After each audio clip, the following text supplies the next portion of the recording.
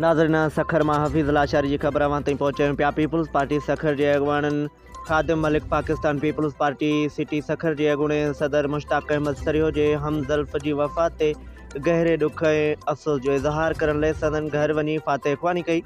Pakistan Peoples Party city Sukkur के सदर doctor Arshad Mughal, general secretary Ehsan Ahmed Lashari, information secretary Ghazanfar Ansari ऐं Khadim Malik Pakistan Peoples Party city Sukkur के अॻूणे सदर मुश्ताक अहमद सरियो की हमज़ुल्फ़ की वफ़ात ते गहरे दुख ऐं अफ़सोस जो इज़हार कंदे संदन घर वञी फातह ख़्वानी कई।